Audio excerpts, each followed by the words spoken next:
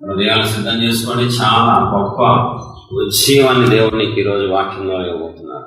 దయచేసి శ్రద్ధగా వినాల్సిందిగా ప్రభు బయట పెట్టుకుంటాం. చూద్దాం, ఇది ఆదరణకు సంబంధించిన మనస్సుకి నెమ్మది వచ్చే వాక్యం. యెషయా 49:14.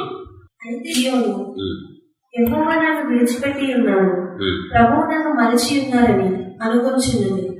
స్త్రీ తన గర్భమున పుట్టిన బిడ్డను కరుణింపకుండా తన చంటి పిల్లను మరచునా?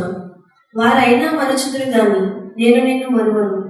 చూడము, నా అరచేతుల మీదనే నేను చెక్కి ఉన్నాను, నీ ప్రాకారములు నిత్యము నా ఎదుట ఉన్నాను. చూడండి, అయితే సియోను యెహోవా నన్ను విడిచిపెట్టి ఉన్నారు, ప్రభువు నన్ను మరిచి ఉన్నారని అనుకొనుచున్నది. చాలా విలువైన సందేశం. సియోను దేవుని యొక్క పట్టణం, దేవుని యొక్క ప్రజలు, దేవుని జనాంగం కింద చెప్పచ్చు. ఏమనుకుంటున్నారంట దేవుని జనాంగం? దేవుడు నన్ను విడిచిపెట్టేశారు, దేవుడు నన్ను మర్చిపోయారు అని అనుకుంటున్నది. దేవుని పిల్లలు, దేవుళ్ళో ఉన్నవాళ్ళు, క్రైస్తవ్యంలో ఉన్నవాళ్ళు, బైబిల్ పట్టుకునే వాళ్ళు, ప్రార్థన చేసేవాళ్ళు, పాపం ఒప్పుకునే వాళ్ళు కొన్నిసార్లు ఇలాంటి పరిస్థితి వస్తుంది, భయం వస్తుంది, అనుమానం వస్తుంది. ఒకవేళ దేవుడు నన్ను విడిచిపెట్టేశారా? ఒకవేళ దేవుడు నన్ను మర్చిపోయారా? ఎందుకు మౌనంగా ఉంటున్నారు దేవుడు? ఎందుకు నాకేమీ ఆన్సర్ రావట్లేదు? అప్పుడు దేవుడు ఆ ప్రశ్నకి ఆన్సర్ ఏంటంటే, స్త్రీ తన గర్భమున పుట్టిన బిడ్డను కరుణింపకుండా తన చంటి పిల్లను మరచునా? వారైనా మరచుదురు కానీ నేను నిన్ను మరువను. ఇక్కడ పెద్ద వ్యక్తులతో పోల్చల. చంటి పిల్లని ఏ తల్లి మరవదు. పెద్దోళ్ళని మర్చిపోవచ్చు, ఒకవేళ పెద్దోళ్ళు అయ్యారు కాబట్టి. ఇక్కడ ఎంత బాగా చెప్పారంటే దేవుడు, చంటి పిల్లల్ని ఎవ్వరూ మర్చిపోరు. ఒకవేళ వాళ్ళైనా మర్చిపోతారేమో కానీ నేను కన్న నా పిల్లల్ని ఎవరిని మర్చిపోను. నేను సృష్టించిన నా పిల్లల్ని, నేను నిర్మించిన నా పిల్లల్ని, నా స్వరూపమైన నా బిడ్డల్ని మర్చిపోయే దేవుణ్ణి కాదు. మర్చిపోవడం అంటే తెలియదు అని చెప్తున్న దేవుడు ఆయన. చూడుము, నా అరచేతుల మీదనే నిన్ను చెక్కి ఉన్నాను, నీ ప్రాకారములు నిత్యము నా ఎదుట ఉన్నవి. నేను నిన్ను దూరంగా పెట్టలేదు, నేను నిన్ను గోడకి చెక్కలేదు, నేను నిన్ను నా సింహాసనం మీద కూడా చెక్కుకోవాలా.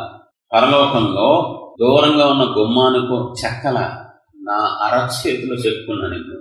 అంటే నేను నిన్ను ఎంత ప్రేమిస్తున్నానో అర్థం చేసుకో, ఎంత కోరుకుంటున్నానో అర్థం చేసుకో, ఎంత దగ్గరగా ఉన్నానో నువ్వు అర్థం చేసుకోమని దేవుడు చెప్తున్నాను. చూడు, ఎక్కడున్నావు నువ్వు? నా అరచేతిలో ఉన్నావు, నీ ప్రాకారములు నిత్యము నా ఎదుట ఉన్నాయి. నువ్వు నాకు నిత్యము ఎదురుగుండానే ఉన్నావు. నేను నిన్ను చూస్తూనే ఉన్నాను. నీ తల్లిలాగా అప్పుడప్పుడు చూసేవాడిని కాదు, నీ తండ్రిలాగా అప్పుడప్పుడు చూసేవాడిని కాదు, నీ బంధువుల్లాగా, నీ స్నేహితుల్లాగా, నీ కుటుంబస్తుల్లాగా నేను కొంతకాలం మర్చిపోయి సడన్ గా నాకు గుర్తొచ్చింది నా కొడుకు నాకు అనే టైం కాదు. నేను అలాంటి వ్యక్తిని కాదు. నేను నిన్ను శాశ్వతమైన ప్రేమకు చూపిస్తుంది. నువ్వు నన్ను అపార్థం చేసుకుంటావు, నువ్వు నన్ను అనుమానిస్తున్నావు, నా ప్రేమను అనుమానిస్తున్నావు, నా వ్యక్తిత్వం మీద పడుతున్నావు నువ్వు. నేను నిన్ను మర్చిపోలేదు, నేను నిన్ను విడిచిపెట్టలేదు. నేను విడిచిపెట్టడం అంటూ జరగదు, మర్చిపోవడం అంటూ జరగదు. చాలా స్పష్టంగా మాట్లాడుతున్నాడు. నేను నిన్ను విడిచిపెట్టలేదు. నువ్వు అనుకుంటున్నావు అది నా తప్పు కాదు, నీ తప్పు. అది నేను సాతాను గారిని ప్రేరేపిస్తున్నాడు. అది మన శత్రువు కాబట్టి మన మధ్యలో దూరం తేవాలని ఒక దురుద్దేశంతో ఆ పనికి మాట్లాడు నేను ప్రేరేపించి, ఇదిగో చూసావా నీ తండ్రి నిన్ను విడిచిపెట్టేశాడు, ఇదిగో నీ దేవుడు నిన్ను మర్చిపోయాడు, నీ దేవుడు నీకు దూరంగా ఉన్నాడు, నీ దేవుడు నీ ప్రార్థన ఆలకించట్లేదు, నీ దేవుడిని ఒప్పుకోపించట్లేదు, నిన్ను వదిలేశాడు దేవుడు అని చెప్తుంటే నువ్వు నమ్మేస్తున్నావు. కానీ నా తండ్రి అలాంటి వాడు కాదు, నా దేవుడు అలాంటి స్వభావం గలవాడు కాదు అని బైబిల్లో రాసి పెట్టారు. ఒక తల్లి తన చంటి బిడ్డనైనా మర్చిపోతేమో కానీ నేను నా బిడ్డను మర్చిపోవడం జరగదు, మర్చిపోను. ఇప్పటి వరకు కొన్ని వేల సంవత్సరాలైనా ఎవరిని నేను మర్చిపోలేదు, ఇక ముందు మర్చిపోను, నేను నిన్ను కూడా మర్చిపోను. చాలాసార్లు మనం వేధిస్తూ ఉంటుంది ఈ ప్రశ్న, ఎందుకు ఈ శ్రమ, ఎందుకు ఈ గాయం, ఎందుకు ఈ ఒంటరితనం? దేవుళ్ళలోనే ఉన్నాను కదా, దేవుడితోనే ఉన్నాను కదా, ప్రార్థిస్తున్నాను కదా, సహవాసంలో ఉన్నాను కదా, పాపాలు ఒప్పుకుంటున్నాను కదా, నా స్తోమత తగ్గట్టు కానుకలు కూడా ఇస్తున్నాను కదా, ఎందుకు దేవుడు నాకేం చెప్పరు, ఒక సూచన చూపించరు, నాకు ఏమి ఆన్సర్ రాదేంటి, నా స్థితి మార్చరేంటి, ఇంకా నా బ్రతుకు ఇంతేనా, నా జీవితం ఇంతేనా, ఇదే చీకటి బ్రతుక, ఇదే ఒంటరి బ్రతుక, ఇదే ఓడిపోయిన బ్రతుక అని మనల్ని వెంటాడుతూ ఉంటుంది ఈ ప్రశ్న. దయచేసి జాగ్రత్తగా వినాలి. దేవుడు ప్రతి ఒక్కరిని ఆదరిస్తున్నారు, బలపరుస్తున్నారు, నూతన ఉద్యమం తీసుకొస్తున్నారు వాక్యం ద్వారా. 13:13 నేను ఏమాత్రమును విడువను, నేను ఎన్నడను ఎడబాయను అని ఆయనే చెప్తాను కదా. మన దేవుడు మనల్ని విడువని దేవుడు, ఎడబాయని దేవుడు. అది ఆయన స్వభావంలో లేదు, విడిచిపెట్టడం, ఎడబాయడం. మీలో కొంతమంది డౌట్ రావచ్చు, మరి అయితే పరిస్థితి ఏంటి, నేను ఎక్కువ పాపం చేస్తే, హై రేంజ్లో పాపం చేసి ద్రోహం చేస్తే నా పరిస్థితి ఏంటి? దేవుడు సౌలుని విసర్జించినట్లు విసర్జిస్తారే తప్ప విడిచిపెట్టరు. విసర్జించడం వేరు, విడిచిపెట్టేయటం వేరు, గ్యాప్ అవటం వేరు, కొంత పీరియడ్ దూరం అవటం వేరు, కానీ విడిచిపెట్టడం కాదు. కొన్నిసార్లు మన పిల్లలకు బుద్ధి రావడం కోసం కొన్ని రోజులు మనం దూరంగా ఉంటాం, వాళ్ళకి బుద్ధి రావాలి, వాళ్ళు మారాలి. అది విడిచిపెట్టడం కాదు, అది మర్చిపోవడం కాదు, వదిలేయడం కాదు. అది తల్లిదండ్రులుగా పిల్లల కోసం చేసే ఒక క్రమశిక్షణ లాంటి. సేమ్ దేవుడు కూడా అంతే. సంసోన్ని చూడండి ఒకసారి. సంసోన్ జీవితంలో ఘోర పాపం చేసినప్పుడు, ప్రణాళికలోంచి పక్కకి వెళ్ళిపోయినప్పుడు దేవుడు అతన్ని విడిచిపెట్టేయచ్చు, మర్చిపోవచ్చు. కానీ ఎంత ఆశ్చర్యంగా ఉంటుంది తెలుసా, అంత హై రేంజ్ పాపం చేసిన తర్వాత కూడా సంసోన్ను మళ్ళీ ఒకసారి దేవుని తిరిగి దయతో నన్ను జ్ఞాపకం చేసుకోండి, నువ్వు చేసిన పని ఆమె చిన్నదనుకున్నావా, నీ తల్లి గర్భంలో ఉండగా నేను తల్లికి చెప్పాను, మీ నాన్న చెప్పాను, నేను స్పెషల్గా పెంచమని అనలేదండి. ఒక్కసారి జ్ఞాపకం చేసుకోమంటే ఎవరిని జ్ఞాపకం చేసుకుంటాం మనం? మన హృదయంలో ఉన్న వాళ్ళే జ్ఞాపకం వస్తారు. హృదయంలో తుడిచిపెట్టవలసిన వాళ్ళు గుర్తొస్తారు మనకి. నా గుర్తే ఉంది, వీళ్ళ. దేవుడు సంసోన్ని విడిచిపెట్టలేదు, మర్చిపోలేదు, మారు మనస్సు కోసం వెయిట్ చేస్తున్నాడు. శిక్షకు అప్పగించిన దేవుడే. పాపం చేశారు కాబట్టి పరిశుద్ధుడు కాబట్టి ఖచ్చితంగా శిక్షకు అప్పగిస్తారు. అప్పగించిన దేవుడు మర్చిపోలేదు, సంసోన్ని విడిచిపెట్టలేదు. ఒకవేళ విడిచిపెట్టుంటే సంసోను చివరిలో ప్రార్థన చేసినప్పుడు ప్రార్థనకు ఆన్సర్ రాకూడదు. ఈ ప్రార్థన నేననేది ఏంటి అనొచ్చు. మోసం చేశాడు సంసోన్. అభిషేకం తీసుకున్న తర్వాత పాడైపోయాడు. అభిషేకం పొందిన తర్వాత చెయ్యకుండా పని చేసేసాడు. గుండెల మీద కొట్టాడు. శత్రువు ఎదుట తల దించుకునేలా చేశాడు సంసోను, సాతాను ఎదుట. అయినా తనకు స్వభావం దేవునికి. దేవుడు తన స్వభావానికి విరుద్ధంగా ఏది చెయ్యరు, విడిచిపెట్టరు, వదిలిపెట్టరు, మర్చిపోరు. సియోను అనుకుంటుంది, దేవుడు నన్ను మర్చిపోయారు. సియోను కూర్చొని ఏడుస్తుంది, దేవుడు నన్ను మర్చిపోయారు, దేవుడు నన్ను విడిచిపెట్టేశారు, దేవుడికి నేను గుర్తు లేను. అది అబద్ధం, అది భ్రమ. అపవాది మొదటి నుంచి అబద్ధికుడు వాడు, అబద్ధానికి జనకుడు. వాడు నీ దగ్గరికి వస్తాడు, నీ పరిస్థితిని బట్టే వాడు మాట్లాడతాడు నీతో. ఇంకో ఎప్పుడు దేవుడు విడిచిపెట్టాను, ఇంక వదిలేసి, భక్తి వద్దు, పాపం ఒప్పమాకు వద్దు, భక్తి చేయమా, పరిచయం చేయమా, నేను చెప్పగలను. వాడు కుయుక్తి కలిగినప్పుడు సందర్భంలో వాడేసుకుంటాడు. చాలా జాగ్రత్తగా ఉండాలి. అస్సలు విడిచిపెట్టే ప్రసక్తి లేదు. దేవుడు తన స్వరూపమైన తన బిడ్డని విడిచిపెట్టే ప్రసక్తే లేదు. చాలాసార్లు చెప్పింది, మరొకసారి గుర్తు చేస్తున్నాను. నరకపు అంచుల దాకా ఒకవేళ పాపం చేసి వెళ్ళిపోతుంటే, నరకానికి వెళ్ళిపోతుంటే, పరిగెత్తుకుంటూ వెళ్తుంటే, నరకపు అంచుల దాకా ఆయన కృపని వెంటాడుతూనే ఉంటుంది. వెనకే ఉంటుంది ఆయన కృప. వెనక ఉండే వద్దున భరించలేదు, తట్టుకోలేదు, బిడ్డ ఒకసారి నేను చేస్తాను, నేను బాగు చేస్తాను, నీ స్థితి మారుస్తాను, ఏదైనా చేయగలని సమశక్తి కలిగేవాడు. మర్చిపోతే పరిగెట్టదా కృప, విడిచిపెడితే కృప పరిగెత్తితే అంటే అర్థం ఏంటి? మర్చిపోలేదు ఆయన, మర్చిపోలేవాడిని.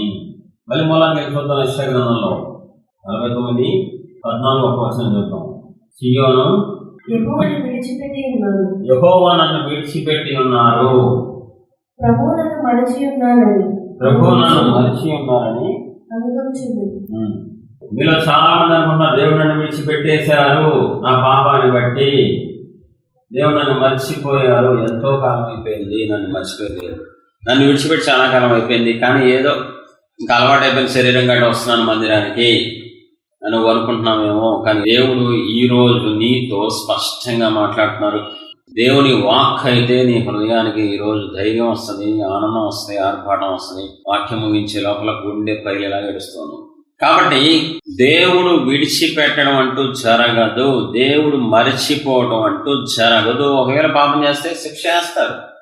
సౌలు దగ్గర ఉన్న రాజ్యాన్ని తీసేసుకున్నారు, సౌలు దగ్గర ఉన్న అభిషేకం తీసుకున్నారు, సౌలు దగ్గర ఉన్న సింహాసనం కొన్ని తీసేసుకున్నారు. ఎందుకని సౌలు విసర్జించారు, అది నిజమే, కానీ విడిచిపెట్టలేదు. చివరి క్షణం వరకు నీ మారు మనసు కోసం ఏదో చూస్తూనే ఉంటారు. ఆయన దీర్ఘశాంతం కలిగిన దేవుడు. తప్పిన కుమారుడు చూసుకొని ఒకసారి జ్ఞాపకం చేసుకోండి. చాలా సంవత్సరాలు అయిపోయింది, తండ్రికి దూరం అయిపోయాడు. తప్పిన కుమారుడు ఎలా వెళ్తున్నాడు కదా సార్, నేను చాలా సంవత్సరాలు అయిపోయాను, ఇంటి దగ్గర నుంచి వచ్చి తండ్రి దగ్గర నుంచి నేను దేశం వచ్చేసాను, చాలా సంవత్సరాలు అయింది, ఆస్తి పాడు చేశాను, దేహాన్ని పాడు చేసుకున్నాను, నన్ను గుర్తుపట్టడం నాన్న. నా దేహం మారిపోయింది, నా స్టైల్ మారిపోయింది, నా జుట్టు మారిపోయింది, నీ పిచ్చోళ్ళ తయారయ్యాను, తిండి లేదు నాకు, నా బట్టలు పాడైపోయినాయి, నేను పూర్తిగా వికారంగా అయిపోయాను, ఇప్పుడు నా తండ్రి నన్ను గుర్తుపట్టడు. సేమ్ మీ ఫీలింగ్ లాంటిదే. తప్పిన కుమారుడు దూరం నుంచి ఇప్పుడు వెళ్ళాలి తండ్రికి. నేనే నీ చిన్న కొడుకు, నేను చెప్పాలి. నువ్వు చెప్పాల్సిన అవసరం లేదండి. నిన్ను కన్న తండ్రికి నువ్వెవరో చెప్పాల్సిన అవసరం లేదు. నువ్వు ఏ స్థితిలో ఉన్నా గుర్తుపట్టగలవు.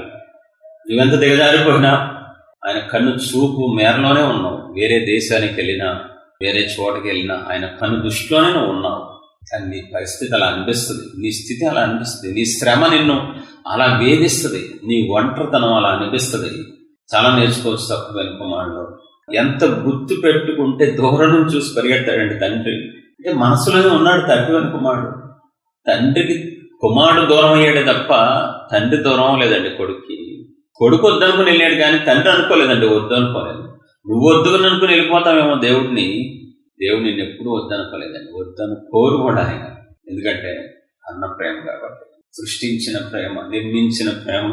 నువ్వు ఎంత దూరం వెళ్ళినా ఒక్కసారి తిరిగి 1,00,000 కిలోమీటర్లు వెళ్ళినా వెనక్కి తిరిగి ఒకసారి నాన్న పిలిస్తే దగ్గరకు వచ్చేసే ప్రేమ నువ్వు కలుగుతూ ఉంటే అది నీ తల్లిలో కనబడదు, నీకు జన్మనిచ్చిన తండ్రిలో కనబడదు, నీ భార్యలో, నీ భర్తలో, నీ పిల్లల్లో కనబడదు.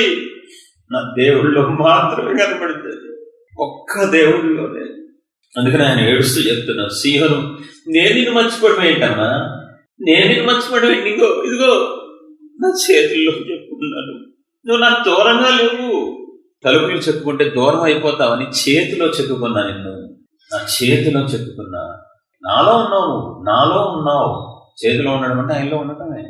నిత్యము నేను నిన్ను చూస్తూనే ఉన్నా. నువ్వు నన్ను చూడట్లా, నేను నిన్ను చూస్తూనే ఉన్నా.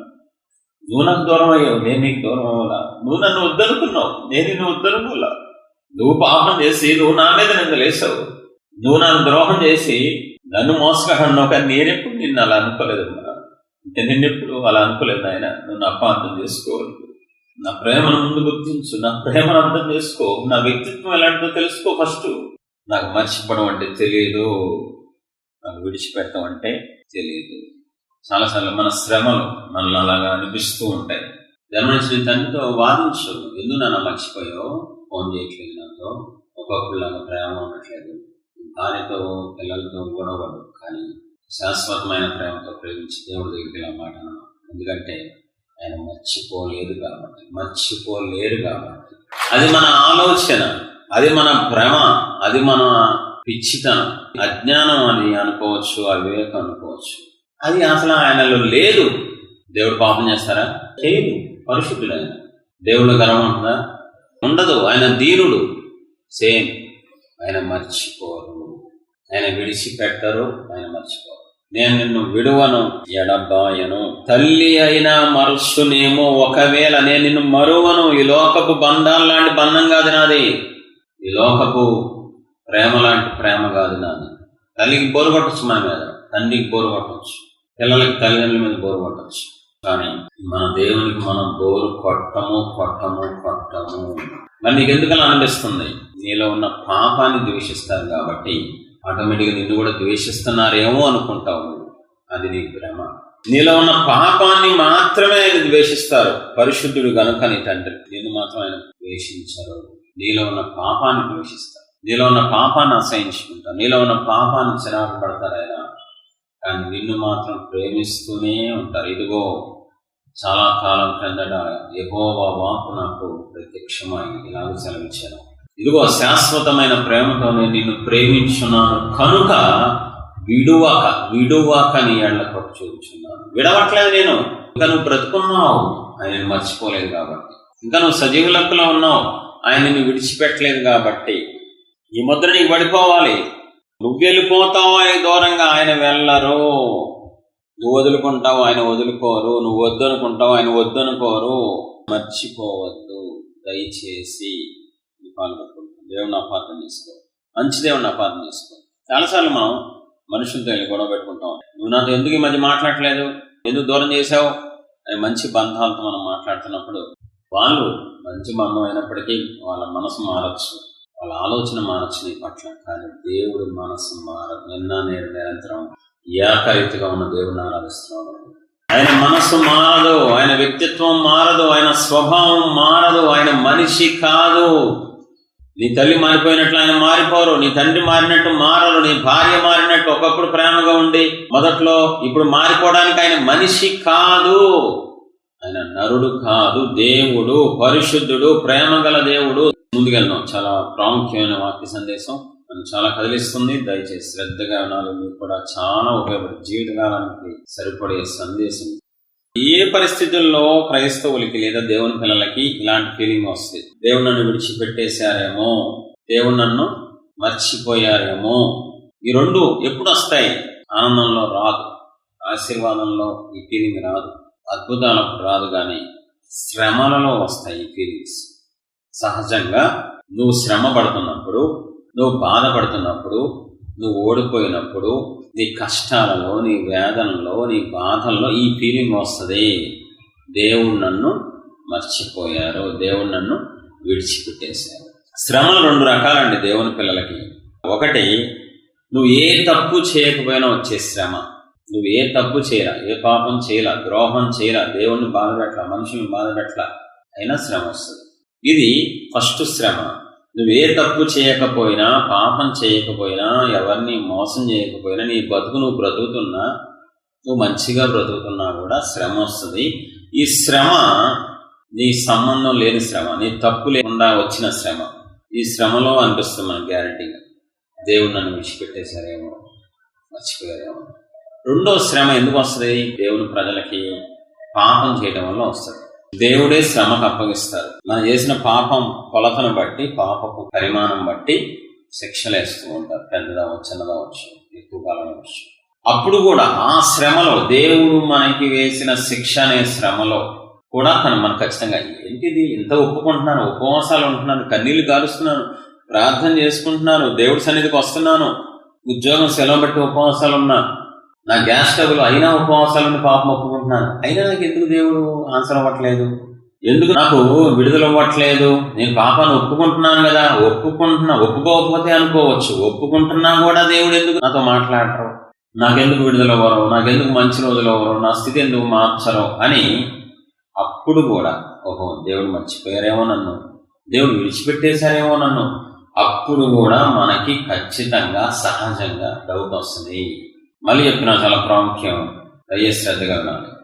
మిమ్మల్ని దేవుడు ఈ రోజు ప్రేమించి మీ హృదయంలో ఉన్న భయం, గలిబిలి, అనుమానం, అపోహ అన్ని పోతాయి. దేవుళ్ళో ఉన్న వాళ్ళకి, దేవుని జనాంగానికి రెండు రకాల శ్రమలు వస్తాయి. సేవకులకైనా, విశ్వాసులకైనా, ఎవరికైనా, ఆడమ్మ ఎవరికైనా. ఒకటి, ఏ తప్పు చేయకపోయినా శ్రమ వస్తుంది, ఏ పాపం చేయకపోయినా, ఏ మోసం చేయకపోయినా, దేవుని మనుషులు బాధ పెట్టకపోయినా కొన్నిసార్లు శ్రమలు వస్తాయి బైబిల్ ప్రకారం. అప్పుడు అనిపిస్తుంది దేవుని నన్ను మర్చిపోయారు, దేవుని నన్ను విడిచిపెట్టేశారు. ఇది ఒకటైతే, రెండో రకం శ్రమలో పాపం చేసినప్పుడు, మోసం చేసినప్పుడు, ద్రోహం చేసినప్పుడు, దేవుడికి మనుషులకు అన్యాయం చేసినప్పుడు, మన వల్ల దేవుడు రాజాన్ని నష్టం జరిగినప్పుడు ఖచ్చితంగా శ్రమలు వస్తాయి గ్యారంటీగా. శిక్షలో ఉన్నప్పుడు ఒక రకమైన నీరసం వచ్చేస్తుంది, ఆత్మీయ నీరసం, విసుకొచ్చేస్తుంది, ఆత్మీయ విసుగు. ఏంటి భక్తి ఏంటి, ఎంత ఒప్పుకున్నా, ఎంత కన్నీరు గార్చినా, ఎంత గుండు పగిలేలాగా ఒప్పుకున్నా, ఎందుకు నా దేవుడు ఏం ఆన్సర్ అవ్వరు, ఎందుకు ఈ పాపం కొన్ని నెలల నుంచి ఒప్పుకుంటున్నాను కదా, నాకు ఎందుకు విడుదల రావట్లేదు, ఎందుకు నా స్వభావం మారట్లేదు, ఎందుకు నా బ్రతుకు ఇంకా మారదా, నా జీవితం ఇంతేనా, నా ఈ చెడ్డ స్వభావంతో నేను బ్రతుకు చచ్చిపోవాలా, ఇంకా నాకు మంచి రోజులు రావా, నోటి నిండా నేను నవ్వుకోలేనా అని ఖచ్చితంగా అనుమానం వచ్చి వెంటనే దేవుడు నన్ను మర్చిపోయారు, దేవుడు నన్ను విడిచిపెట్టేశారు. ఈ ఫీలింగ్ ఖచ్చితంగా వస్తుంది. అది కరెక్టా కాదా అన్నది మనం చూద్దాం. వాక్య వెలుగులో ఇద్దరిని చూపిస్తాను. తప్పు చేయకపోయినా వచ్చే శ్రమలో ఒక ఎగ్జాంపుల్ చూద్దాం. రెండోది పాపం చేయటం వల్ల, తప్పు చేయటం వల్ల వచ్చిన శ్రమలో ఒక వ్యక్తిని చూసి ఊహించుకుందాం. ఫస్ట్ ఒక వ్యక్తిని చూద్దాం. ఆదికాండం 40వ అధ్యాయం 23వ వచనం. పానదాయుల అధిపతి యోసేపును జ్ఞాపకం చేసుకొనగా అతన్ని మరచిపోయాడు. ఒకసారి సందర్భంలోకి మనం వెళ్దాం దయచేసి. యోసేపు జీవితాన్ని జాగ్రత్తగా పరిశీలిద్దాం. యోసేపు చెరసాలలో ఉన్నాడు. చెయ్యని తప్పుకి శిక్ష అనుభవిస్తున్నాడు. చెప్పకూడదు తింటున్నాడు. బంధించబడ్డాడు. నలిగిపోతున్నాడు. మానసికంగా క్షోభ అనుభవిస్తున్నాడు. ఎలాగోలా బయటికి రావాలి, ఈ చెరసాల నుంచి బయటకు వచ్చేయాలి, నేను ఈ బంధించబడిన ఈ పరిస్థితి నుంచి బయటకు వెళ్ళిపోయి స్వేచ్ఛగా బ్రతకాలి. ఆ పదాలు కూడా ఉంటుంది, తర్వాత చదువుకోండి అధ్యాయాలు. నేను ఇక్కడికి రావడానికి ఏ తప్పు చేయలేదు. అయితే ఫరో దగ్గర 2 అధికారులు చెరసాలకు వచ్చినప్పుడు వాళ్ళు దిగులుగా ఉన్నప్పుడు యోసేపు వాళ్ళ దగ్గరికి వెళ్తాడు. ఎందుకు మీరు దిగులుగా ఉన్నారు అన్నా, ఏమైందన్నా, డల్లుగా ఉన్నారు ఏంటన్నా, ఏం జరిగింది? ఇలా మాకు 2 కళ్ళు వచ్చినాయి, ఇద్దరికి వేరు కళ్ళు వచ్చినాయి, మాకు భావం తెలియక దిగులుగా ఉన్నాం. ఓర్ని అంతే కదా, దేవుడు నాకు కళ్ళు భావం చెప్పే వరం ఇచ్చారు, మీరు చెప్పండి అంటే ఇద్దరు చెప్పారు. ఒకడేమో నీ ఉద్యోగం తీసేస్తారు, నేను చంపేస్తారు అని ఒక కళకి అర్థం చెప్పాడు యోసేపు. రెండో కళకి నీకు ఉద్యోగం వచ్చేస్తుంది, అది తప్పు లేదు కాబట్టి నీ ఉద్యోగం వచ్చేస్తే నువ్వు హ్యాపీగా ఫరో దగ్గరికి వెళ్ళిపోతావు, మంచి అధికారంలో ఉంటావు, మళ్ళీ నువ్వు కోల్పోయి అన్ని సంపాదించుకుంటావు అని అంతా చెప్పేస్తే, అవునా తమ్ముడు, అవునన్నా, నిజంగా దేవుడు నాకు చూపించారు, నువ్వు హ్యాపీగా ఉంటావు అన్న.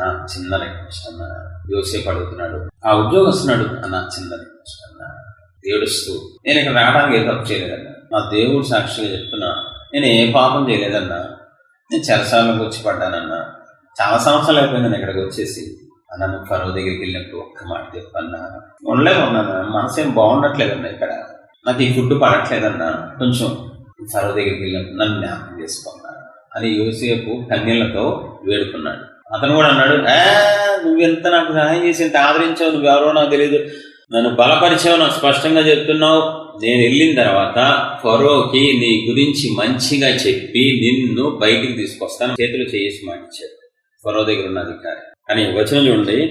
గుడ్ వెళ్ళిపోతుంది. అయితే పానదాయుల అధిపతి యోసేపును జ్ఞాపకం చేసుకొనగా అతన్ని మర్చిపోయాడు.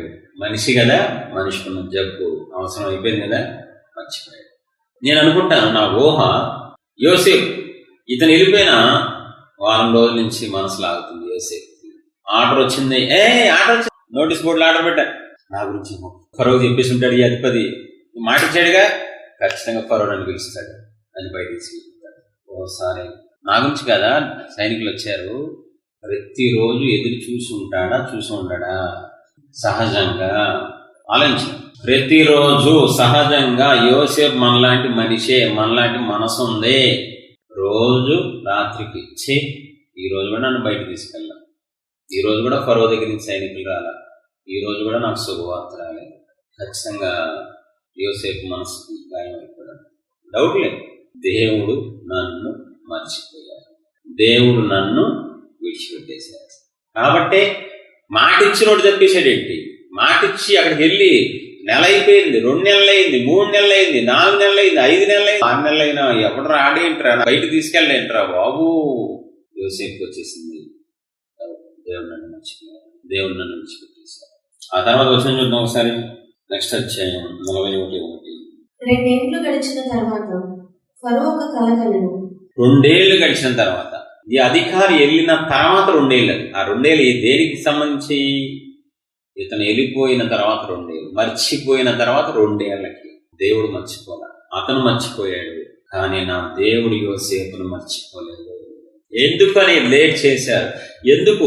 వెళ్ళంగానే చేసేయచ్చు కదా, వెళ్ళంగానే పిలవచ్చు కదా, వెళ్ళంగానే ఫరోతో మాట్లాడించి దేవుడు ఏదైనా చేయగలరగా, హృదయాన్ని మార్చగలరగా, అద్భుతాలు చేసే దేవుడు కదా. దేవుడికి యోసేపుని బయటికి తేవడం నోషం పట్టిద్ది. మహాదేవుడికి తప్పు చేయని యోసేపుని చెరసాల నుంచి తేవడం చాలా ఈజీ. అంటే పెద్ద విషయమే కాదు. ఆల్రెడీ ఒక లైన్ కూడా ఇప్పుడు వచ్చేసింది, ఫరో దగ్గర అధిపతి డైరెక్ట్ గా మాట్లాడాడు, ఈజీగా బయటకు తెచ్చేయచ్చు. కానీ బయటికి తేవడం దేవుడి ఉద్దేశం కాదు. బయటికి రావడం దేవుడి సంకల్పం కాదు. యోసేపు బయటికి అలా రావడం, ఒక ఆర్డినరీ పర్సన్ గా బయటకు వచ్చి వెళ్ళిపోయి కూలి పని చేసుకోవడం దేవుడి సంకల్పం కాదు. బయటికి రావాలి, తప్పు చేయనోడు సింహాసనం ఎక్కాలి, ప్రపంచానికి ఆశీర్వాదంగా మారాలి. అందుకే దేవుడు ఆలస్యం చేశాడు. అందుకే యోసేపు యోసేపు ఉపవాసాలున్న మౌనంగా దేవుడు ఎందుకున్నాడు తెలుసా? ఆ మౌనం నిన్ను బాధ పెట్టాలని కాదు, నా మౌనం నిన్ను ఏడిపించాలని కాదు, నా మౌనం నిన్ను మర్చిపోయినట్లు కాదు, నిన్ను రాజుగా చూడాలని. నువ్వు రాజుగా పరిపాలిస్తుంటే నిన్ను చూసి పరలోకపు తండ్రిగా మురిసిపోవాలని నేను ఆలస్యం చేస్తున్నాను. నువ్వు నన్ను అపార్థం చేసుకుంటున్నావు. వచ్చిన అవకాశం కూడా దేవుడు ఉపయోగించి నన్ను బయటికి తేలేదని ఏడుస్తున్నావు. కానీ నీ ఏడుపు త్వరలోనే నాట్యంగా మార్చబడబోతుంది. త్వరలోనే కన్నీరు నాట్యంగా మార్చబోతున్నా. నీ అవమానానికి ప్రతిగా పూదండలు వేయించబోతున్నా ప్రపంచం చేత. అందుకే లేట్ చేస్తున్నాను. వెంటనే కొన్ని కార్యాలు చెయ్యకూడదు.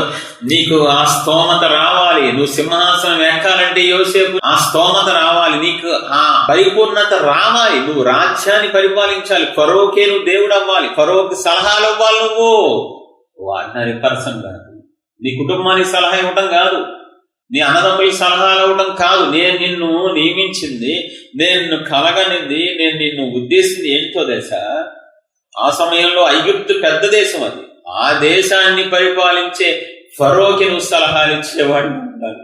అందుకే లేట్ చేస్తాను. మన పట్ల చాలా పెద్ద ప్రణాళిక ఉంటుందండి. చాలా గొప్ప గొప్ప ఉద్దేశాలు ఉంటాయి మన తండ్రికి, కానీ మనం చాలా చిన్నగా ఆలోచిస్తూ ఉంటాం. చాలా చిన్నగా యోసేపులాగానే ఆలోచిస్తాం. మనం కూడా శ్రమల్లో బయట తీసుకొచ్చేస్తే చాలు కదా. నేనేం కోరుకుంటున్నాను, నన్ను తప్పించండి.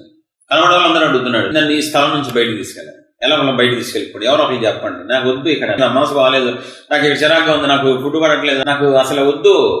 బయట తేవడం పెద్ద విషయం కాదు.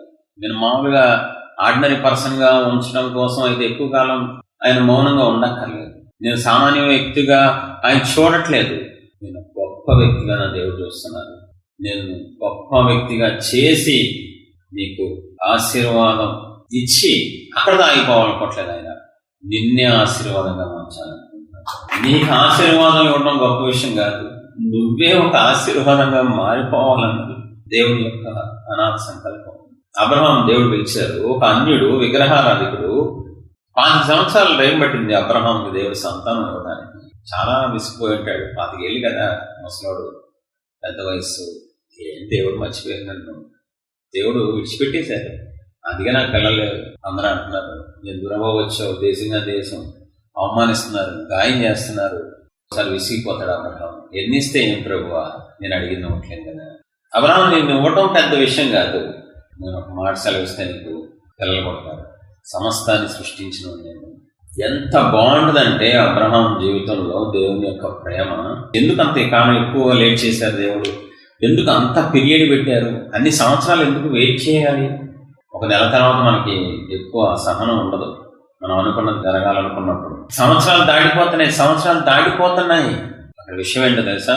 అబ్రహాముకు ఆశీర్వాదం మాత్రమే ఇవ్వాలనుకోలేదు దేవుడు, అబ్రహామునే ఆశీర్వాదంగా మార్చాలనుకున్నాడు. చూద్దాం ఒకసారి ఆదికాండం 12వ అధ్యాయం. దేవుని యొక్క సంకల్పం ఏంటి అబ్రహాం మీద? దేవుని యొక్క ఉద్దేశం ఏంటి? నిన్ను గొప్ప జనముగా చేసి నిన్ను ఆశీర్వదించి గొప్ప చేయుదును. చూడండి, ముందేం చెప్పారు?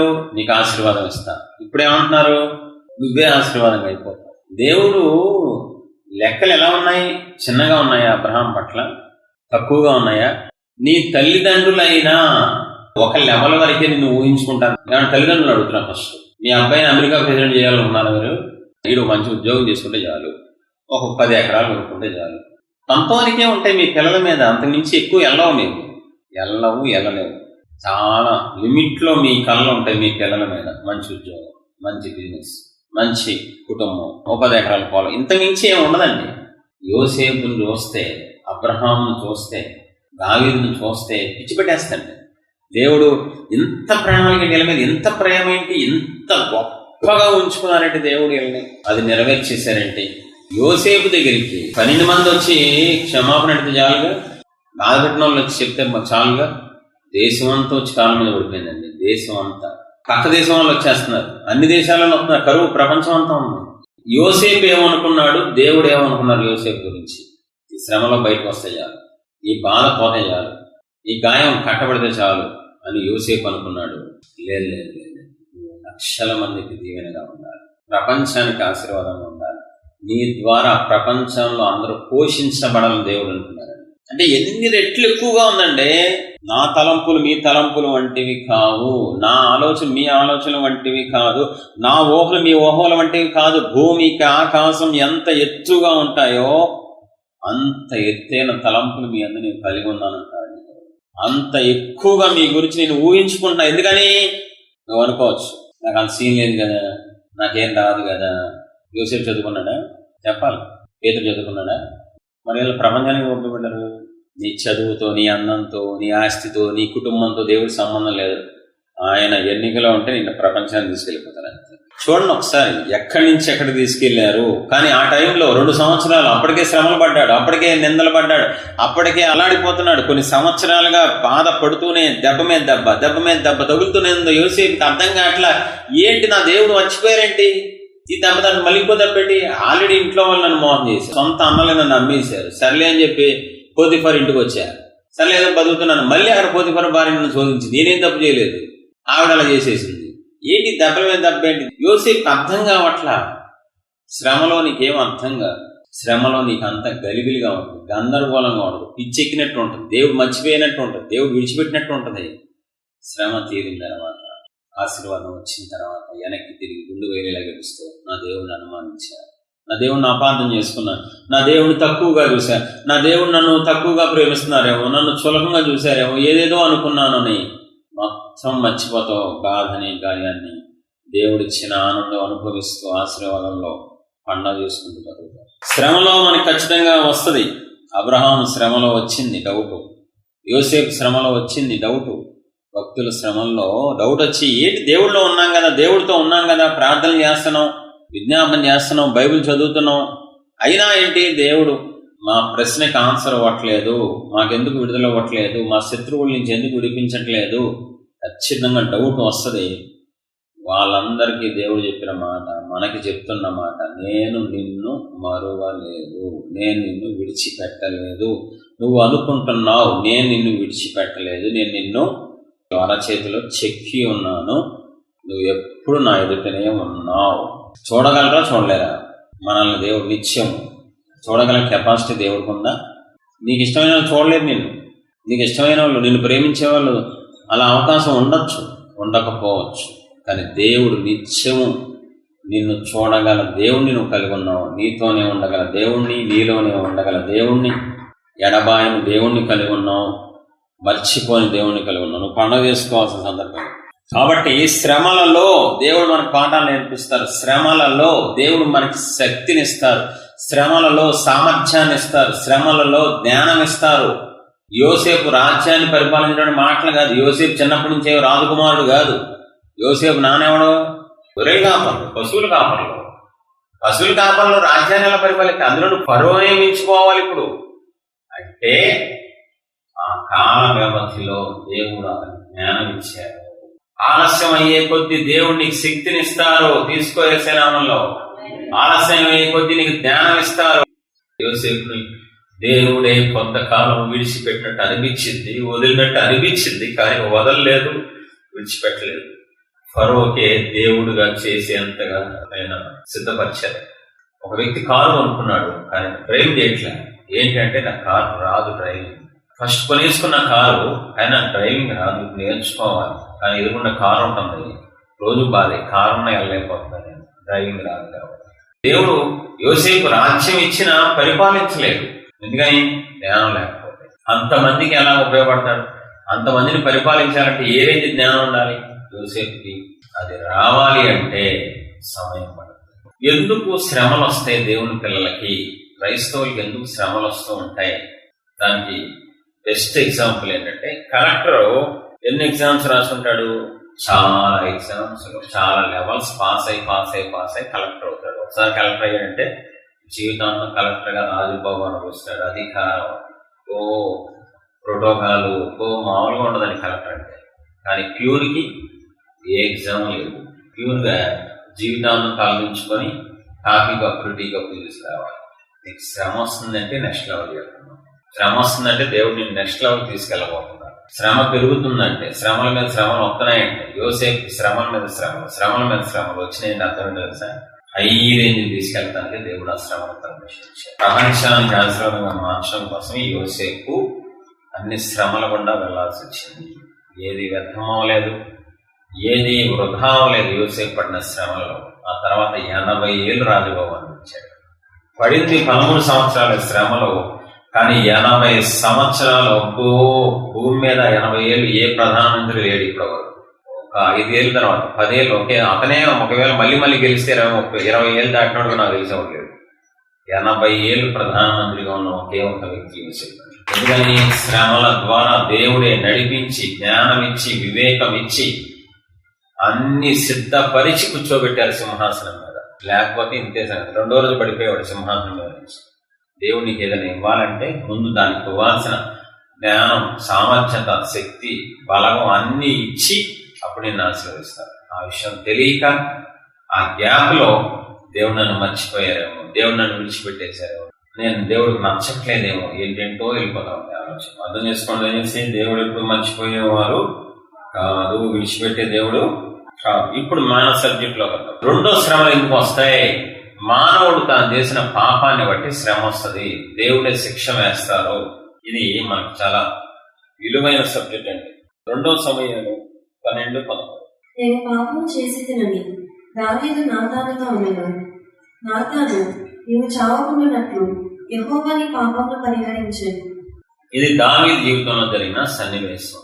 దావీదు మంచి అభిషిక్తుడు, దేవుని చేత యవన వయసులోనే అభిషేకం పొందుకున్నవాడు, కీర్తనలు రాశాడు, ఆరాధికుడు, వరాలు ఉన్నాయి దావీదుకి, అభిషేకం ఉంది, ఆధిక్యత ఉంది, పరిపాలిస్తున్న సందర్భం. అయితే ఈ మాట నాతానుతో పాపం ఒప్పుకోవటానికి ముందు కొన్ని నెలల కిందట దావీదు పాపం చేశాడు. భయంకరమైన పాపంలో పడిపోయాడు. అలాంటి చిన్న అది కాదు, ఆలోచనలో కాదు. భార్యతో విచారణ చేశాడు, తన భర్తని చంపించేశాడు, వేషధార అయిపోయాడు, చాలా పాపాలు చేశాడు ఒకేసారి. ఓదానికి కనెక్షన్ అయిపోయింది. కొన్ని నెలల తర్వాత పాపం స్టార్ట్ చేసిన నుంచి ఆ పాపం ఇంకో పాపం, ఆ పాపం ఇంకో పాపం, అబద్ధాలు, మోసాలు అన్నీ చేశాడు దావీదు.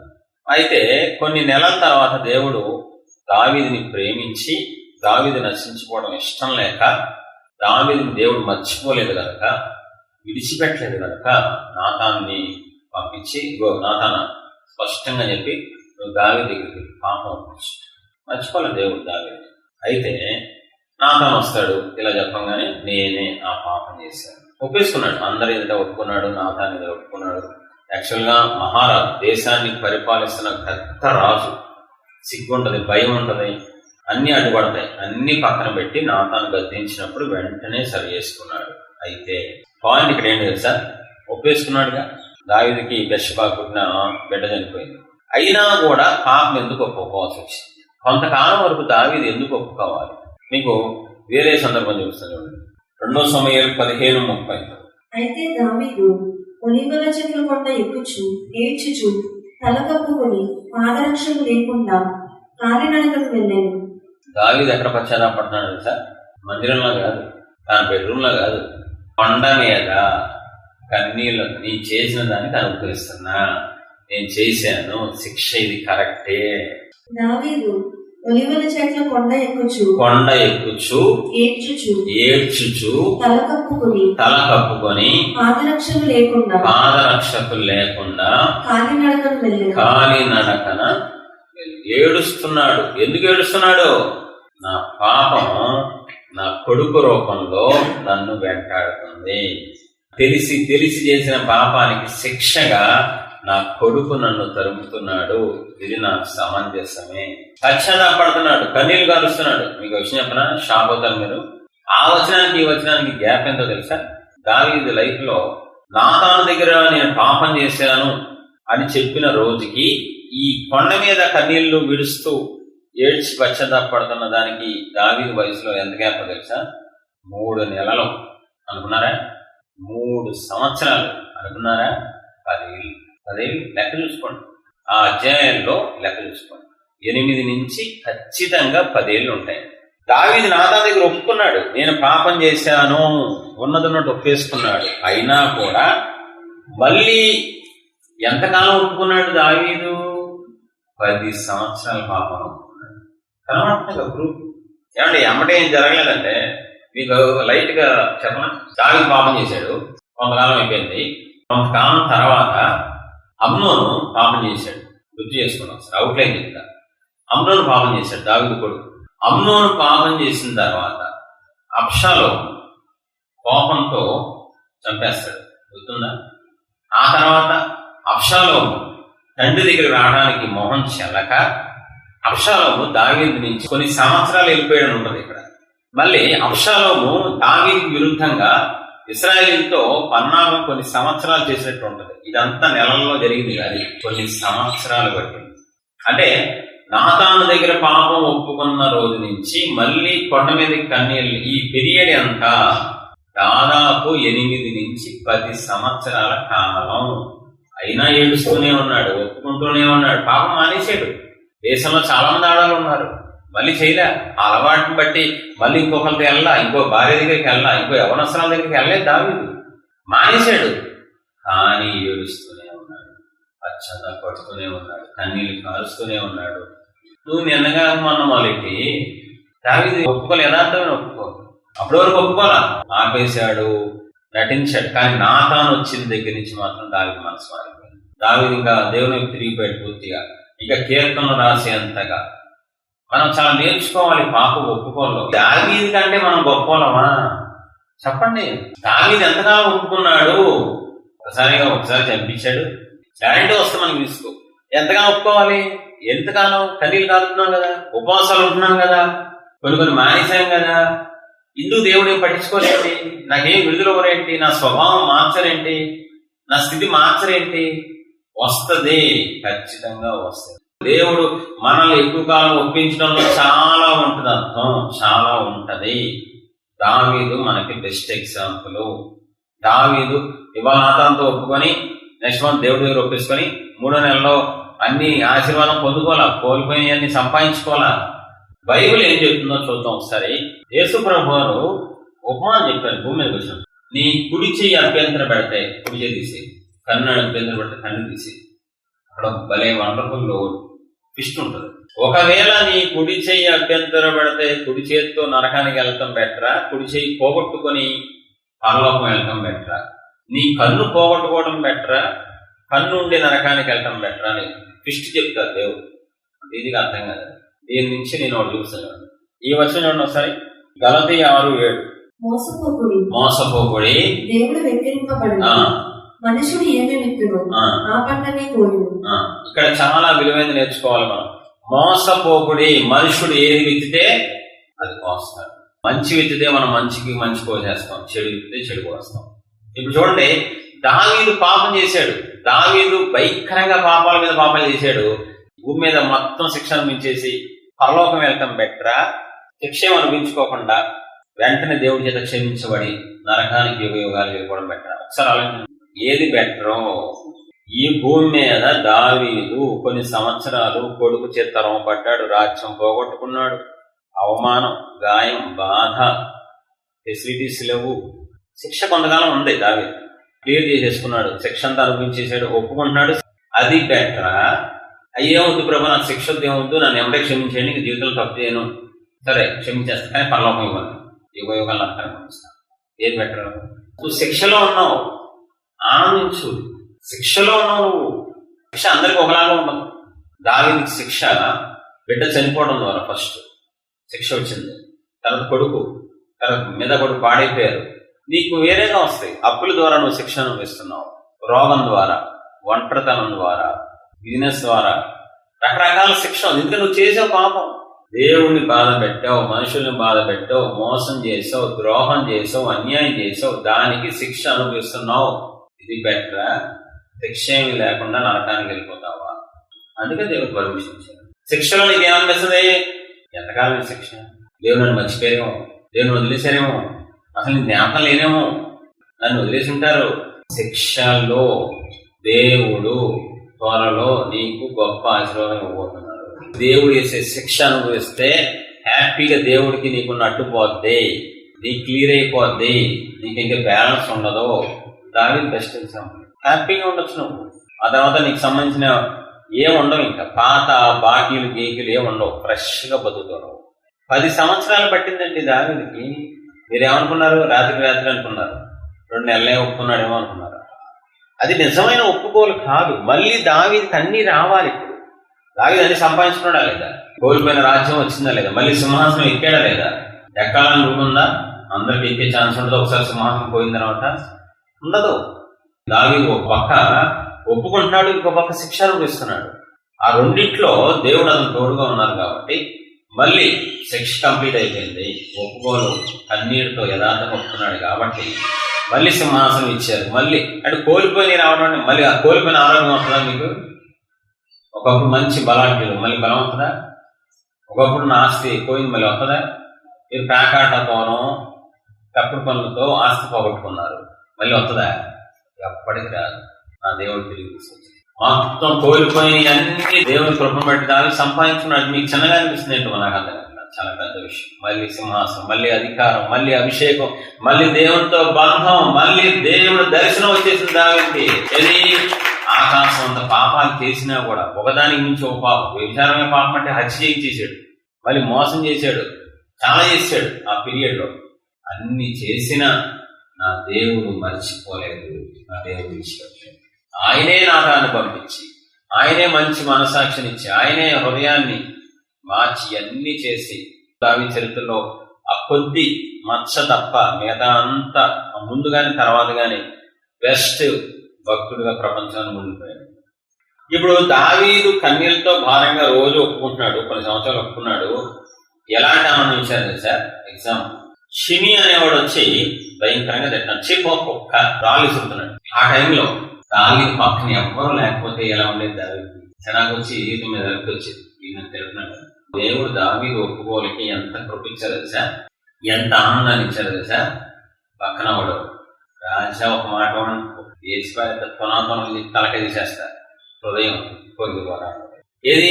శిక్షలో దావీదు శిక్షలో ఉన్నాడు. అప్పుడు పాపం చేసిన తర్వాత శిక్షలో ఉన్నప్పుడు పక్కన ఎలాంటి వాళ్ళు ఇచ్చారు దేవుడు? మిమ్మల్ని ఎవడైనా అంటే మేము వాళ్ళని చంపేస్తాం అన్నంత గొప్ప వ్యక్తులు పక్కన పెట్టాలి. ఆనందం కదా, ఆనందం కదా, ఆర్భాటం కదా. ఈ పక్షాన్ని ఎవడన్నా నేనున్నాను అంటే చాలు ఆనందం వచ్చేది. జస్ట్ ఒక మాట నేనున్నాను నీ పక్షాన్ని అంటే అలాంట్లా చంపేస్తాం నీ జోలికి వస్తే ఒక మాట సెలవండి. అప్పుడు కూడా మీరు ఒక మాట సెలవండి. శిక్షలో కూడా పర్మిషన్ అడుగుతున్నారు. ఆనందం అదండి, ఆర్భాటం అదే. దేవుడు తలుచుకుంటే ఆ రోజు దావీదు ఒక్కడే ఉండేలా చేసేవాళ్ళు, దేవుడు చేయలేరు అలాగా. మరి అందరిని ఎందుకు ఉంచారు? దేవుడు వైపు తిరిగాడు. దావీదు ఒప్పుకుంటున్నాడు. సౌలులాగా నాటకాలు ఆడ పశ్చాత్తాపడుతున్నాడు, కన్నీళ్ళు కలుస్తున్నాడు, ఇంకా ఒప్పుకుంటాడు, ఇంకా ఇంకా ఇంకా ఇంకా ఒప్పుకుంటాడు. కాబట్టి దేవుడు ఆ ఒప్పుకోల్లో ఏం చేస్తున్నారు? పక్కన వాళ్ళ ద్వారా ఆదరణ ఇస్తున్నారు, ఆనందం ఇస్తున్నారు. మీకు కూడా అంతే. ఈరోజు ఇంత ఆనందంగా లేరా మీరు? అంటే ఒప్పుకోలు తప్ప వెతడంలో మిమ్మల్ని చూసి ఎప్పుడు అనుకోడండి. సమస్యలు ఉన్నాయి, అప్పులున్నాయి, రోగాలు ఉన్నాయి, ఎప్పుడు అనుకోడండి. ఆ దేవుడు మిమ్మల్ని ఎంత ప్రేమిస్తున్నారో అర్థం చేసుకోండి. ఇన్ని ఫెసిలిటీస్ ఏంటండి పాపం చేసిన వాళ్ళకి. దావీదు 10 ఏళ్ళు ఒప్పుకున్నందుకు వేస్ట్ అయిపోయాడు కదా, నిరసించిపోయాడు, రాజ్యం పోయింది, అన్ని పోయింది, మొత్తం సంపాదించుకున్నాడు, ఇంకా ఎక్కువ సంపాదించుకున్నాడు. అడిగిన వాటికంటే ఊహించిన వాటికంటే ఎక్కువ చేసే దేవుడు తండ్రిగా ఉన్నాడు. చూద్దాం, ఎక్కువ కాలం దేవుడు ఒక మనిషిని ఎందుకు ఒప్పిస్తారు? అంతమందికి ఉన్న డౌట్ ఇది. ఎక్కువ కాలం ఎందుకు ఒప్పిస్తారు? నీకు చాలా చాలా చిరాకు వస్తుంది, ఒప్పండి. దేవుని ఉద్దేశం ఏంటో తెలుసా? మళ్ళీ నువ్వు పాపం చేసి శిక్ష పాలవ్వకుండా ఒప్పిస్తారు. ఇది అమితమైన ప్రేమ. ఇంకోసారి నువ్వు పడిపోకూడదు, ఇంకోసారి నువ్వు తప్పు చేయకూడదు. అందుకే నీకు శిక్షలో ఉంచి పాపాన్ని ఎక్కువ కాలం ఒప్పిస్తారు. అది మంచి ఉద్దేశమే తప్ప దూరం అయినట్టు కాదు, దేవుడు విడిచిపెట్టినట్టు కాదు, నేను ఆశ్రయించుకున్నట్టు కాదు. దాని మీద బెస్ట్ అయితే ఆ తర్వాత ఉంటుంది బైబిల్లో ఒక మంచి మాట, నాకు నచ్చిన మాట. దావీదు ఊరియా భార్య అయిన బెత్షెబా విషయంలో తప్ప ఎప్పుడు పాపం చేయలేదండి.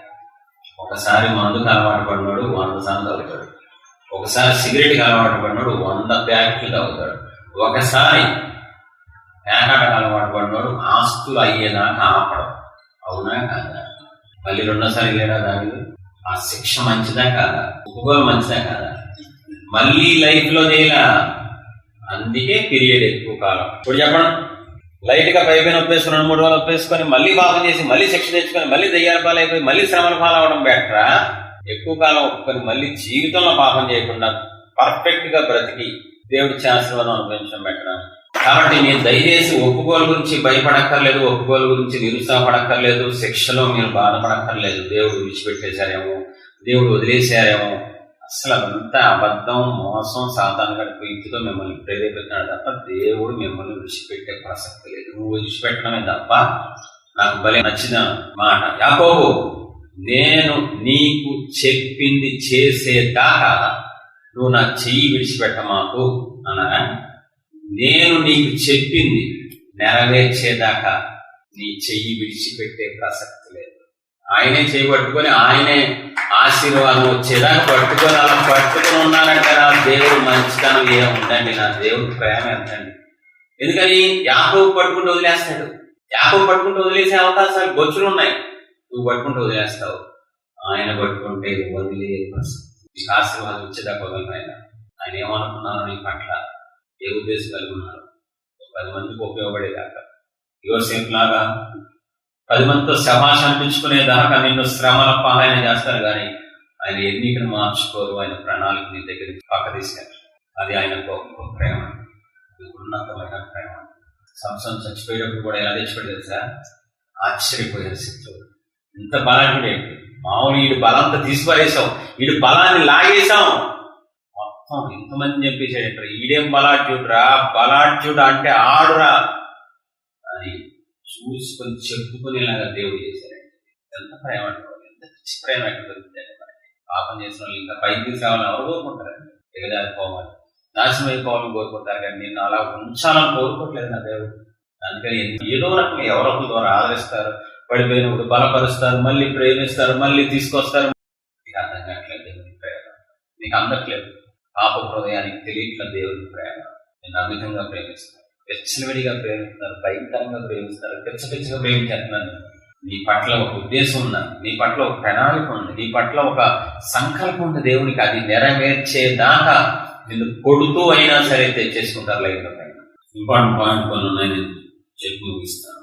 చూడండి, దావీదు ఎక్కువ కాలం కన్నీళ్ళతో పాపం ఒప్పుకోవడం వల్ల, యథార్థంగా ఒప్పుకోవడం వల్ల దావీదుకి నష్టం వచ్చిందా లాభం వచ్చిందా మనం పరిశీలిస్తే దావీదులో ఎంత మార్పు వచ్చింది సార్?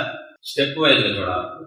సుబ్బారావు కొడుకు దరిద్రుడురా, ఆడి కొడుకు పుట్టమని ఉంటాం బాగుండేదిరా. సుబ్బారావు జీవితం నాశనం అలాంటి కొడుకు వల్ల చీయాడు పనికి మళ్ళీ అటు తాగుపోతాడురా, తిరిగిపోతాడు.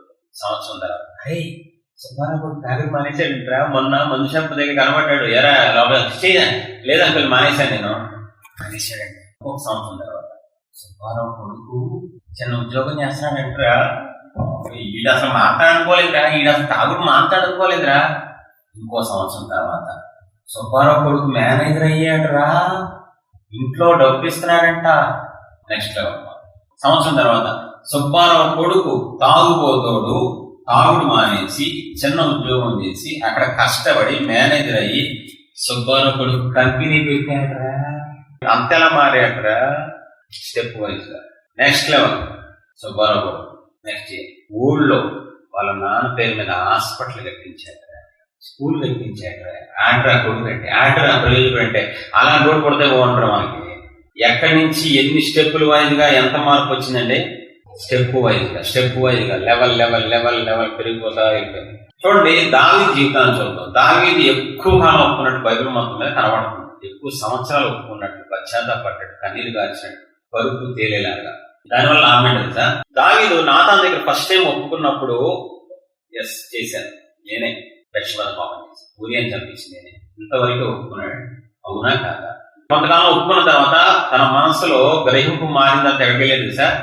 నేను చేసింది బెత్షెబా విషయంలో కాదు, ఊరియా విషయంలో కాదు. 51 కీర్తన సరిగ్గా చదవండి. మీకు వేరుగా చేశానయ్యా. నేను ఇంతకాలం అనుకున్నాను వీళ్ళని బాధ పెట్టాను అనుకున్నాను, ఊరియాని బాధ పెట్టాను, బెత్షెబాని బాధ పెట్టాను అనుకున్నాను. కానీ దీనికంటే ఎక్కువగా మిమ్మల్ని బాధ పెట్టాను. 51 కీర్తనలో అంటాడు, మీకు వేరుగా నేను పాపం చేశాను. గ్రహింపు లెవెల్ పెరిగి స్టార్టింగ్ అలా చెప్పలేదండి, గుర్తు చేసుకోండి. స్టెప్ వైజ్, నాకు సుబ్బారావు కొడుకు చెప్పాను. స్టెప్ వైజ్ గా మనం అలా చూసినట్లయితే అక్కడతో అయిపోలేదు. అక్కడ పాపం ఒప్పుకుంటే అక్కడ వరకు వచ్చి ఆగిపోయేవాడు. ఇంకా కొంతకాలం ఒప్పుకుందట ఏమంటాడు సార్, నేను ఇప్పుడు పాపిని కాదు ప్రభువా, నేను పుట్టుకతోనే పాపిని అంటాడు. ఏ గ్రహింపు ఎక్కడికి వెళ్ళిపోతుందండి? ఎల్కేజీ నుంచి 10th వెళ్ళినట్టు, 10th నుంచి ఇంటర్మీడియట్ నుంచి డిగ్రీ, పీజీ, పిహెచ్డి, అప్పు ఎక్కడికి వెళ్ళిపోతున్నాడు? దాని గొప్పలు ఫస్ట్ ఏమన్నాడు, మనుషులు బాధ పెట్టానన్నాడు. కొంతకాలం తర్వాత దేవుని బాధ పెట్టానన్నాడు. కొంతకాలం తర్వాత 50 ఏళ్ళకి చేసిన పాపం కాదు ప్రభువా, తల్లి గర్భంలోనే నేను పాపంలో పుట్టిన వాడిని, భయంకరమైన పాపిని ప్రభు అని అక్కడి నుంచి కడగబడుతున్నాడు. ఏం ప్రపండి బాబు దాని అక్కడతో అయిపోవాలి. కొంతకాలం తర్వాత కొత్త మనసు ఉన్నారు, ఇలాంటి మనసు అని అడుగుతున్నాడు. ఎంత పెరిగిపోయిందని, ఎంత మార్పు వచ్చిందండి. ఎవడు అడుగుతాడు అలాగే? శిక్ష పోతే చాలు అనుకుంటాడు ఎవడ. ఈ పాపానికి శిక్ష వచ్చింది చాలు. కానీ గ్రహింపు పేరు మళ్ళీ ఒప్పుకోవడం వల్ల ఎలాంటి మనసు కావాలని కోరుకుంటున్నాడు? తెమము కంటే నన్ను తెల్లగా మార్చేది. ఇంకొకసారి నేను తప్పు చేయకూడదు, ఇంకోసారి నేను పాపం చేయకూడదు, నెక్స్ట్ లెవెల్ వెళ్ళిపోవాలి, నేను మీ వలే మారిపోవాలి, మంచి మనసు వండి, నాకు మంచి మనసు వండి మర్చిపోలేమనుకుంటాను. అయిపోయిందా?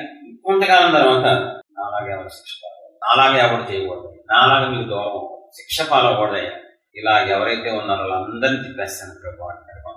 ఫస్ట్ అసలు ఒప్పుకోవాలా. కొంతకాలం కొన్ని నెలలు ఒప్పుకోలే దావీదు నాతాను వెళ్ళేదాకా. ఆ తర్వాత నాతాను దగ్గర ఒప్పుకున్నాడు, జస్ట్ మనుషులను బాధ పెట్టాను. కొంతకాలం తర్వాత దేవుని బాధ పెట్టాను. కొంతకాలం తర్వాత అసలు ఇప్పటి నుంచి కాదు, 50 ఏళ్ళ నుంచి నేను పాపంలో పుట్టి పాపంలో పెరిగినోడిని ప్రభు అని మూలానికి వెళ్ళిపోతున్నాడు. ఇంకొంతకాలం తర్వాత మీరు త్వరగా నాకు విడుదలిస్తే నేను ప్రజలకు బుద్ధి చెప్తా. తన కొడుకు సొలొమోను దావీదు చనిపోయేటప్పుడు దేవుడు నాకు బాగా తెలుసు, ఆయన ప్రేమ తెలుసు, ఆయన కోపం తెలుసు. నువ్వు చక్కగా దేవుళ్ళో ఉన్నావు అనుకో, ఆయన ఆజ్ఞలు పాటిస్తే నిన్ను అంచెలంచెలుగా అభివృద్ధి చేస్తారు. నీ తర్వాత పిల్లలు కూడా సింహాసనం మీద ఉంటారు. ఒకవేళ నువ్వు ఎక్స్ట్రాలు ఇస్తాను. ఎలా చెప్పగలిగాడు? ఒప్పుకోవడం ద్వారా, పశ్చాత్తాపం ద్వారా బోధిస్తున్నాడు వేరే వాళ్ళకి, ప్రకటిస్తున్నాడు వేరే వాళ్ళకి. ఎన్ని స్టెప్స్ ఒప్పుకోలు వేసేయిందా? తర్వాత ఎక్కడికి వెళ్ళిపోయాడు? ఇప్పుడు అపోస్తుల కార్యంలో ఈ వ్యభిచారిని, ఈ హంతకుడిని పట్టుకొని దేవుడు ఏమంటున్నారు? నా హృదయానుసారుడు, నాకిష్టుడు, నన్ను సంతోషపెట్టిన వాడు, నా ఉద్దేశాలు నెరవేర్చిన వాడు అని జీవితం అంతా అయిపోయింది, కొన్ని వేల సంవత్సరాలు అయిపోయింది. అప్పుడు దేవుడు అతనికి సాక్ష్యం ఇస్తున్నారు. మహాదేవుడు నీకు సాక్ష్యం ఇచ్చేలాగా కావాలా? జస్ట్ నీకు శిక్ష పోతే చాలా? ఒప్పుకోలు ఆపకూడదు. ఒప్పుకోలు పెరిగే కొద్దీ నీకు కృప పెరుగుతూనే ఉంటది. ఒప్పుకోలు పెరిగే కొద్దీ నీకు ఆధిక్యత పెరుగుతూనే ఉంటది. ఒప్పుకోలు పెరిగే కొద్దీ దేవుడు హృదయంలోని స్థానం పెద్దదవుతూ ఉంటది. ఇక్కడ ఆగిపోవాలి, ఇంకా ఒప్పుకోవాలి. ఒప్పుకోల్లో ఉన్న ఆశీర్వాదం దేంట్లో ఉంటదండి. దావీదు ఒప్పుకోలే. ఈ రోజు దావీదు గురించి చెప్పుకునేలా చేసిందండి. దావీదు ఒప్పుకొని ఉండకపోతే సౌలులాగా దావీదు 2వ నెంబరు సాక్ష్యం అయ్యేవాడు. ఫస్ట్ సౌలు, 2 దావీదు అని. కానీ దావీదు పశ్చాత్తాపడ్డాడు కాబట్టి, ఎక్కువ కాలం ఒప్పుకున్నాడు కాబట్టి, ఆ ఒప్పుకోల్లో విసుగు రాలేదు కాబట్టి, చిరాకు రాలేదు కాబట్టి, ఆపలేదు కాబట్టి దావీదు కృపని ఆకాశం అంతా హెచ్చించేశారు దేవుడు. నీకు ఎలాంటి కృప కావాలో చూసుకో. జస్ట్ 4 రోజులు ఒప్పుకుంటావా? నీ ఇష్టం. శిక్ష పోయేదాకా ఒప్పుకుంటావా? నీ ఇష్టం. లేక ఇంకా లోతుగా ఒప్పుకొని, ఇంకా ఉపవాసాలు, ఇంకా ఒప్పుకొని, ఇంకా దేవుడి దగ్గర నుంచి ఇంకా గొప్ప స్థానం సంపాదించుకుంటావా? 10 మందికి ఉపయోగపడతావా? 1000 మందికి ఉపయోగపడతావా? 1,00,000 మంది. నీ ఇష్టం. అది నీ ఒప్పుకోలు బట్టి ఉంటది. నీ ఒప్పుకోలు వేస్ట్ అవ్వదు, నీ ఒప్పుకోలు వ్యర్థం అవ్వదు, నీ కన్నీరు వేస్ట్ అవ్వదు. నీ కన్నీరు ఆయన గుడ్డిలో దాచబడింది. నీ ఒప్పుకోలు కన్నీరు ఆయన గుడ్డిలో దాచుకున్నారంటే విలువైన ఒప్పుకోలు. కన్నీరు విలువైంది, నీ పశ్చాత్తాపం విలువైంది. ఈరోజు నీ క్లారిటీ వచ్చిందని నేను నమ్ముతున్నాను. సేవకులు, నీ అనుమానాలు పోయినాయి, నేను నమ్ముతున్నాను. నీ అపోహలు పోయినాయి. దేవుడు నిన్ను విడిచిపెట్టలా. దేవుడు నిన్ను పట్టుకునే ఉన్నారు. యాకోబులాగా వద్దనుకున్న మళ్ళీ ఒప్పిస్తున్నారు, వద్దనుకున్న మానేసిన మళ్ళీ వేరే వాళ్ళ ద్వారా మళ్ళీ కొత్తగా మళ్ళీ నీ సేవకుని బలపరిచి నిన్ను ఒప్పిస్తూ మళ్ళీ ఆయన తిప్పుకొని నిన్ను సాధనంగా సిద్ధపరుస్తున్నాను. దేవుడు, నువ్వు దేవుని చెప్పిన పాత్రం అని మర్చిపోవద్దు, సాధనం అని మర్చిపోవద్దు. దేవుడు నిన్ను బహుగా ఆశీర్వదించుకుంటున్నారు. శిక్షక పాత్రలు అని ఎంతమంది అనుకుంటున్నారు? జీవితాంలో నేను శిక్షలోనే ఉండాలి, దేవుడు శిక్షగా అప్పగించేశారు. అటువంటి వ్యక్తులు భూమి మీద ఉంటే వాళ్ళతో దేవుడు ఒక్క కన్నీరు పొట్టు కూడా రానివ్వకుండా ఆకాస్తారు ఒప్పుకోలు. అది ఒక సింబల్. ఒకవేళ అదే నిజమైతే నిన్ను దేవుడు ఒప్పించరు, నీకు ఆ మనసు ఎవ్వరు ఒప్పుకోమని నేను ఎన్నిసార్లు చెప్పినా నువ్వు ఒప్పుకో. నీ కంట్లోంచి ఒక్క కన్నీరు కొట్టు వచ్చినా దేవుడు నిన్ను ప్రేమించి గొప్ప స్థాయిలో ఉంచబోతాడు. దేవుడు నిన్ను విడుదలకు సిద్ధపరుస్తున్నట్లే టైం పడుతుంది. అది టైం పట్టింది. అది వ్యర్థం కాదు, వేస్ట్ అవ్వలేదు.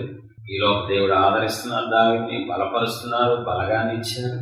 నీకు కూడా శిక్షలో ఉన్నా నీకు ధైర్యం ఉంది, ఆదరణ ఉంది, ప్రేమించే వాళ్ళు ఉన్నారు, నీకు సహాయం చేసే వాళ్ళు దేవుడు ఏర్పాటు చేశారు. అన్నీ ఉన్నాయి. నీకు ప్రార్థన చేసుకున్నాను.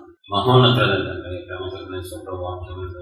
సూటిగా నాకు మాట కొత్త విషయాలు మనకు నేర్పించారు. వాళ్ళకే మహిమ కలిగాక ఒక ఉద్యమం సంఘంలో రగిలించారు. మీకే మహిమ కలిగాక వాటిని వాళ్ళ వల్ల వినడానికి కూడా చూపించమని విన్న ప్రతిసారి ఉద్యమం ఇస్తానంటారు. విన్న ప్రతిసారి ఆకాశం అంత బలాన్ని ఇస్తానంటారు.